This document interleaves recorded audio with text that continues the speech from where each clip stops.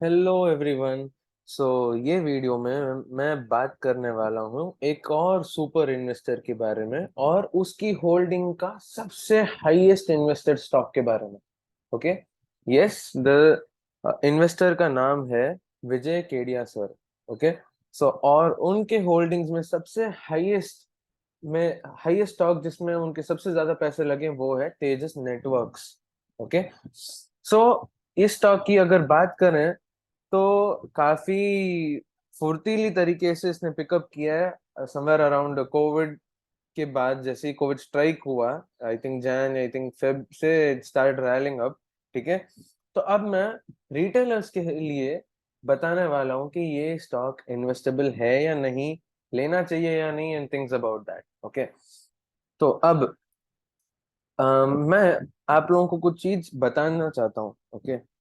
देखो, अगर 100 रुपए का एक स्टॉक है, ठीक है, और 500 रुपए का एक स्टॉक है, ठीक है, there are two stocks in front of you, दो ऑप्शंस है आपके पास में। तो 100 रुपए के स्टॉक में क्या है, उसकी क्वालिटी इतनी अच्छी नहीं है। ठीक है। और 500 रुपए वाले स्टॉक की क्वालिटी अच्छी है। अब आप लोग समझेंगे कि भाई अगर मैं, कुछ रिटेलर्स ऐसे होते हैं जो जो 100 रुपए का शेयर है वो ज्यादा मात्रा में लेंगे। ओके, लेट्स से 1000 रुपए उनके पास में। ठीक है। तो 100 रुपए के में कितने आएंगे, 10 शेयर आएंगे। 500 वाले में कितने आएंगे, 2 शेयर। ठीक है। टेक्निकली बाइंग पावर आपका दोनों शेयर में सेम ही है ना, आप 1000 रुपये डाल सकते हो दोनों शेयर में। या 500 के दो लो, या तो 100 के 10 ले लो। ठीक है। बट एक चीज आपको ये समझनी है कि जो क्वालिटी का जो स्टॉक है वो अगर अच्छा नहीं है तो 100 रुपए कब जीरो होंगे, in how many years we have no idea. ठीक है। 100 रुपए 1-2 साल बाद हो सकता है, 5-10 साल बाद हो सकता है, but chances of that stock touching zero is more. समझ गए।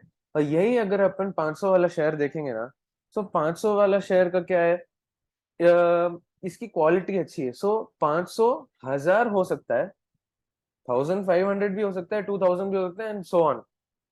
ठीक है। सो अगर आप एक चीज ऑब्जर्व करोगे, दोनों में आपके पैसे 1000 1000 ही लगे, मगर किसके ग्रोथ के चांसेस ज्यादा है, 500 वाले शेयर के। ओके। सो आप लोग ये मत देखो कि कम शेयर लूंगा तो मेरे को ज्यादा क्वांटिटी आएगी और ज्यादा प्रॉफिट बन सकता है। नो, आपके पैसे दोनों शेयर में उतने ही लग रहे हैं। ओके। आपका जो प्रिंसिपल अमाउंट है it's the same, it's not going to change. और जो रिटर्न्स आते हैं that is as per your principal amount only. मतलब अगर 10% का मूव आ रहा है 100 रुपए वाले शेयर में और 500 रुपए वाले शेयर में, दोनों में 10-10% का फर्क आ रहा है, सो टेक्निकली आपके 1000 रुपए ही 1100 में हो गए। अभी दोनों शेयर में सेम हिट होगा। ऐसे नहीं है कि सिर्फ 100 रुपए वाले स्टॉक में 20% का डिफरेंस आएगा और 500 वाले शेयर में सिर्फ 10% का डिफरेंस आएगा, ऐसा कुछ नहीं है। आपके प्रिंसिपल अमाउंट पे ही आपका प्रॉफिट या लॉस जज होता है। ओके।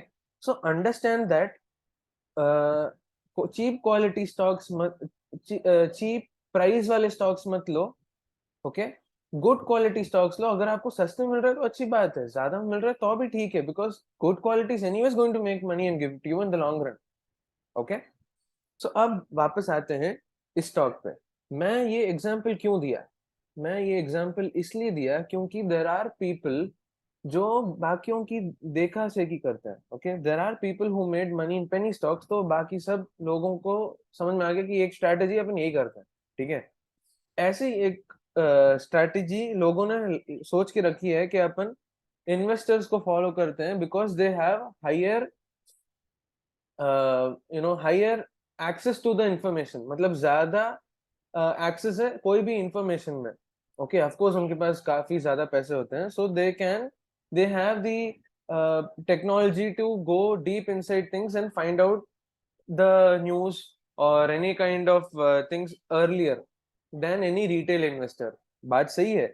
बट आपको ये चीज नहीं मालूम कि उनका रिस्क मैनेजमेंट सिस्टम क्या है, उनका एग्जिट प्लान क्या है, और उन्होंने उनके पास में इन पॉकेट कितनी ताकत है। लेट्स से अगर उसकी ताकत है 10,000 करोड़ और उसे 100 करोड़ लगा रहा है, सो कहाँ 10,000 करोड़, कहाँ 100 करोड़। ठीक है। आप लोगों को लग रहा होगा कि उसने 100 करोड़ लगा, अरे भाई उसकी ताकत 10,000 करोड़ जितनी है। ओके। सो उसका एग्जिट प्लान क्या है, उसका रिस्क रिवॉर्ड रेशियो का क्या प्लान है, उसका क्या बोलते हैं, रिस्क टेकिंग कैपेसिटी कितनी है, ये सब अपन को नहीं मालूम। सो अपन किसी को फॉलो करने से अच्छा है कि अपन वो चुने जो अपने लिए अच्छा है। See you have to understand one thing, as being retailers, अपने लॉस पे कोई भी आके ना रोने वाला है, ना कोई आके अपन को पैसे देने वाला है। ओके, ऐसा कुछ भी नहीं होने वाला है। सो अपन को ही बेस्ट क्वालिटी स्टॉक्स चुनने हैं। Okay, it's all on us. Okay, maximum government अपन को ये बोलती है अच्छा अगर आपको लॉस है तो आपके अगले फाइनेंशियल ईयर में या so on up to 6 years या 5 years as of now you can show your losses and reduce your tax liability accordingly. बस ये गवर्नमेंट बस इतनी हेल्प करती है, बाकी ऐसा कोई आपको रोने वाला नहीं है, आपके गमों के ऊपर कोई भी मलहम छिड़कने वाला है नहीं है, कुछ भी नहीं है। Okay, so all you have to understand this, you have to put your money or park your money in such stocks which have high quality in them. Okay, अब स्टॉक की तरफ बढ़ते हैं। सो तेजस नेटवर्क्स, ठीक है, सुपर इन्वेस्टर विजय Kedia sir ने इसमें ज्यादातर पैसे लगाए हैं अपने होल्डिंग्स के हिसाब से। ओके, सो अब बात करते हैं, देखो स्टॉक, अगर अपन इन्वेस्टर है ना, अपन को स्टॉक को दो एस्पेक्ट से देखना चाहिए। एक, बिजनेस कैसा है, दूसरा एस्पेक्ट ये कि वो कैश से क्या करते हैं। ओके, अब मैं क्यों ये चीज बता रहा हूँ, क्योंकि इस स्टॉक में यही गड़बड़ है।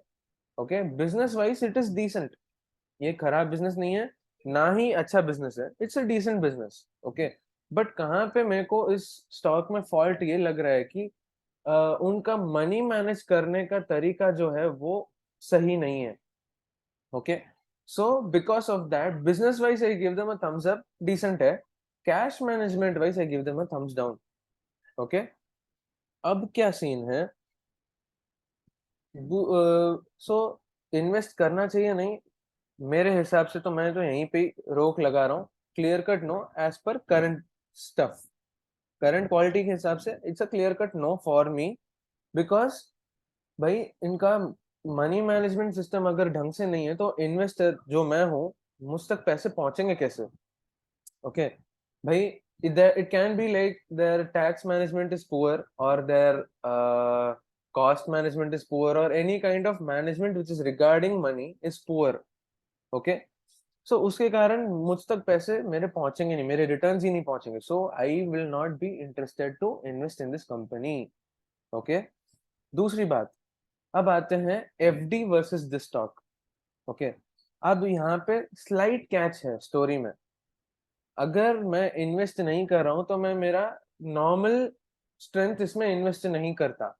Okay, but if you ask me FD is better और दिस स्टॉक इज बेटर, अगर आप करंट के हिसाब से देखोगे तो एफडी सही रहेगा, बट क्योंकि business is still fine, business में कोई दिक्कत नहीं है, सिर्फ मनी मैनेजमेंट में प्रॉब्लम है, तो ऐसे 50-50 चांस। सो अगर आपका व्यू लॉन्ग टर्म है, let's say 5 years from now, okay, after 10 years from now, then you can think to invest in the stock and not go for an FD। या फिर आपको लगता है नहीं भाई, अब मालूम नहीं है भाई मनी मैनेजमेंट कैसे है, क्या होने वाला है, सो उन लोगों के लिए एफडी इज बेटर। अब यहाँ पे मैं सिर्फ थ्री पहले यूजुअली मैं क्या करता था, तीन कैटेगरी को लोगों के हिसाब से मैं बताता था, correct, risky players, medium players और सेफ प्लेयर्स। सेफ प्लेयर्स के लिए मैं तो ये बोलूंगा कि go for FD. Okay, don't go for this stock. Medium players, I would suggest them go for only 2 to 3% of this company. Okay, and risky players can go up to 5% in this company. Don't go more than that. अगर आप लोगों को miss नहीं करना है because the business is good, just the cash management is bad, you can still go for the business but don't go for more than 5% of your portfolio budget.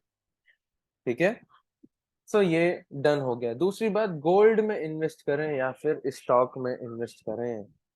Okay, okay, so अब बात करते हैं gold की, ठीक है, let me just see gold का as of now क्या scene चल रहा है।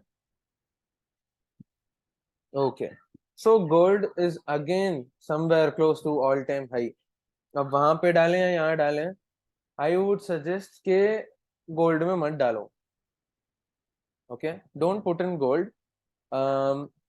again, if you are a risky player, only then risky player and medium player only go for this. Gold से कंपैरिजन में आई वुड सजेस्ट गोल्ड में भी मत डालो, और स्टॉक में डालना ठीक रहेगा। ओके, अब परसेंटेज इन पोर्टफोलियो भी मैं आपको बता चुका हूँ। अगर आप सेफ हो, एफडी के लिए जाओ। अगर आप लोग मीडियम या रिस्की प्लेयर हो, मीडियम के लिए 1 to 3% is sufficient. Risky player maximum go up to 5% in their portfolio, do not go more than that. Okay, चलो ओके गाइस, ये वीडियो मैं यहीं पे खत्म कर रहा हूँ। सो ये वीडियो था विजय केडिया के बारे में, मिस्टर विजय केडिया सर के बारे में। अगर आप लोगों को और ऐसे सुपर इन्वेस्टर्स के बारे में इंफॉर्मेशन चाहिए, या फिर कोई स्टॉक को लेना चाहिए या नहीं लेना चाहिए, पोर्टफोलियो में रखना चाहिए या नहीं, कितना परसेंटेज अलोकेट करना चाहिए, and so on, all these kind of details, अगर आप लोगों को कोई भी तरीके से रियल नॉलेज चाहिए, तो जरूर इस चैनल पे बार बार आते रहो। हो सके तो सब्सक्राइब बटन दबा दो, और पसंद आए तो लाइक करो, नहीं पसंद आए तो नो प्रॉब्लम, डिसलाइक करके चले जाओ, no issues with that. I will keep improving and I am not going to stop with that. Okay, thank you so much guys, see you in the next video, bye bye.